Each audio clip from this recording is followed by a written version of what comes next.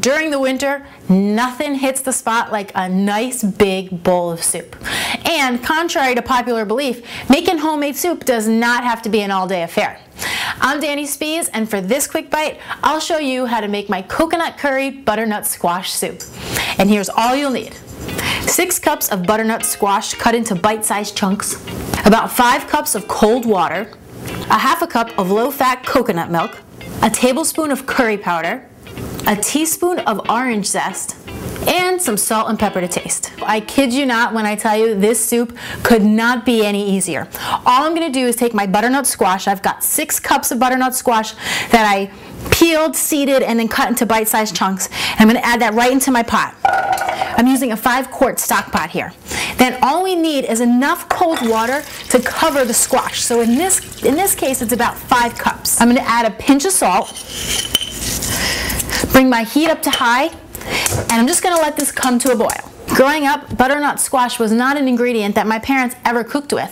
So I didn't even really get to taste butternut squash till about, I'd say, 4 years ago when I was taking a cooking class here in Los Angeles. And the teacher made this butternut squash and sage risotto that I'm telling you guys was to die for. And once I tasted it, not only was it delicious, but I saw how easy it was to work with. It automatically became a staple in my kitchen.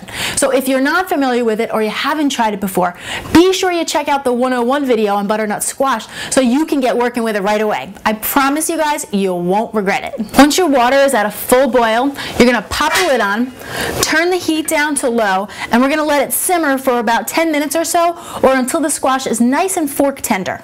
Nature knows what your body needs when it needs it. In the wintertime, it provides us with vegetables like butternut squash that are heartier, warming, more comforting foods. It's just naturally what our bodies need in the winter. All we really have to do is sit back, eat what's in season, and let Mother Nature take care of us. How cool is that? So it's been about 10 minutes and our squash is ready to go. And the reason you're going to know that is because your squash should be tender enough that when you mash it with a fork right up against the side, that it smushes right into the side of the pot. Nice and soft. Okay, looking good. So I'm going to shut my heat off and I'm going to blend up my squash. Now I'm using a hand blender, but if you didn't have a hand blender, no worries. You could just take the squash in the water and carefully pour it into a blender or a food processor and blend it up that way.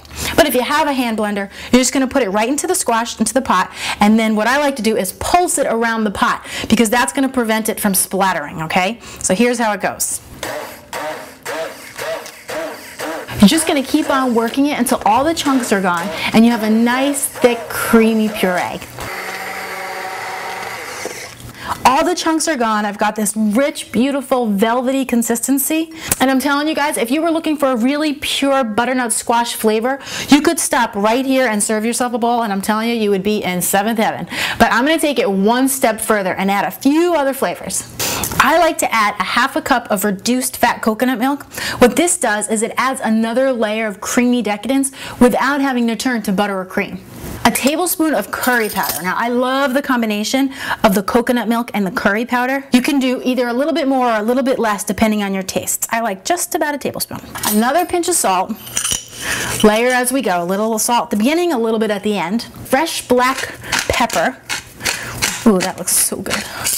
Then I like to finish it off with a little bit of orange zest. Now all that I had on hand were these little clementine cuties, so that's going to work just fine. Any type of orange or citrus that you have would be so good. What this does is it makes the flavors pop. It just lightens the whole thing up a bit. Kind of brightens the soup. Okay, so I'm just going to give it one last stir and get all these flavors incorporated. Oh, it smells so good. I really smell that orange popping up out of the pot. So clean and bright. Quick taste, see if we need any more salt or pepper or anything.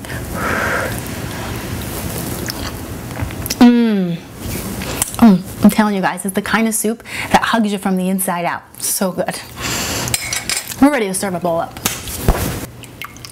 And then for presentation, take a little bit more of that coconut milk and drizzle it right over the top. So the next time you think you don't have time for a nourishing bowl of homemade soup, think again and try my coconut curry butternut squash soup. For more clean, simple, and delicious recipes just like this one, make sure to check out DannySpees.com. I'm Danny Spees, and I'll see you next time with another quick bite.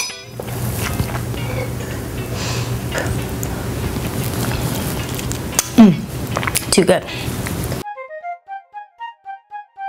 In the wintertime, it provides us with these comforting, warming, that are more warming and comforting and heartier. Thank you, hearty. In the wintertime, just think about it.